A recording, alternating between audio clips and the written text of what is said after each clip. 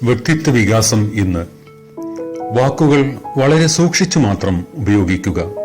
കാരണം അത് കേട്ടയാൾക്ക് പൊറുക്കാൻ മാത്രമേ സാധിക്കൂ, മറക്കാൻ സാധിക്കില്ല. പറയുന്നത് മുഴുവൻ അറിയുന്നത് നല്ലതാണ്, പക്ഷേ അറിയുന്നത് മുഴുവൻ പറയുന്നത് അത്ര നല്ലതല്ല. നല്ല വാക്കും പുഞ്ചിരിയുമാണ് മറ്റുള്ളവർക്ക് നൽകാവുന്നതിൽ വെച്ച് ഏറ്റവും വിലയേറിയ നല്ല സമ്മാനങ്ങൾ. ഒരു വൃക്ഷം അറിയപ്പെടുന്നത് അതിന്റെ ഫലത്തിന്റെ പേരിലാണ്. ഒരു മനുഷ്യൻ അറിയപ്പെടുന്നത് അവന്റെ പ്രവൃത്തിയുടെ പേരിലും. പ്രിയപ്പെട്ടവരുടെ സന്തോഷത്തിനു വേണ്ടി തോറ്റുകൊടുക്കുന്നത് തന്നെയാണ് ജീവിതത്തിലെ ഏറ്റവും വലിയ സന്തോഷം. കഴിവുള്ളവൻ ഉയരത്തിലെത്താൻ കഴിയും, പക്ഷേ സ്വഭാവ ഗുണമുള്ളവനെ അത് എന്നെന്നും നിലനിർത്താൻ സാധിക്കുകയുള്ളൂ. കടപ്പാടുകൾ നിറവേറ്റാൻ തുടങ്ങുമ്പോഴാണ് കഷ്ടപ്പാടുകൾ എന്താണെന്ന് നാം തിരിച്ചറിയുക. ബുദ്ധിമാൻ തെറ്റുപറ്റിയാൽ ഖേദം പ്രകടിപ്പിക്കും, വിഡ്ഢികൾ സ്വയം ന്യായീകരിച്ചുകൊണ്ടേയിരിക്കും. ക്ഷമയും അധ്വാനവുമാണ് സൗഭാഗ്യങ്ങളുടെ താക്കോൽ. അതില്ലാത്തവർക്ക് ഈ ലോകം കുറെ കടങ്ങളും ബാധ്യതകളും മാത്രം സമ്മാനിക്കുന്നു.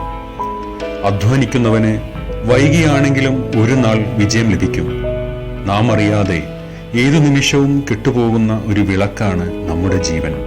നല്ല വാക്ക്, നല്ല പുഞ്ചിരി, ദാനശീലൻ, ഇവയാണ് ഒരാളുടെ ഉദാത്തമായ സ്വഭാവ ഗുണങ്ങൾ.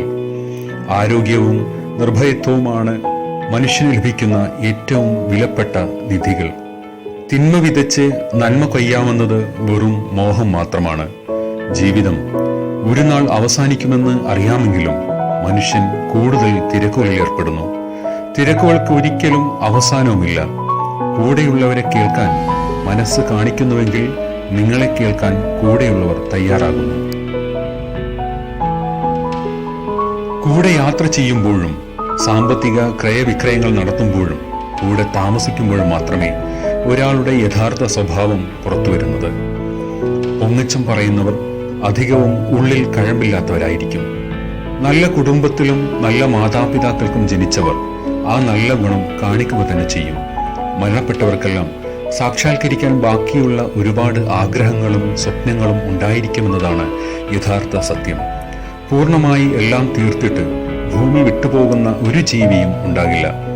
രോഗം പേടിച്ച് നാം ഭക്ഷണം നിയന്ത്രിക്കുന്നു, പക്ഷേ നരകം ഭയന്ന് ആരും തിന്മകളെ വർജിക്കാറില്ല എന്നത് അത്ഭുതപ്പെടുത്തുന്ന സ്ഥിതിവിശേഷമാണ്. ഇന്നത്തെ സുഖത്തിന് വേണ്ടിയാണ് സകല ജനങ്ങളുടെയും മത്സരം. പക്ഷേ മരണശേഷമുള്ള സുഖത്തിന്, നിത്യജീവന് വേണ്ട കർമ്മങ്ങളിൽ ആരും മത്സരിക്കുന്നേയില്ല എന്നതാണ് സങ്കടകരമായ ഒരു വസ്തുത.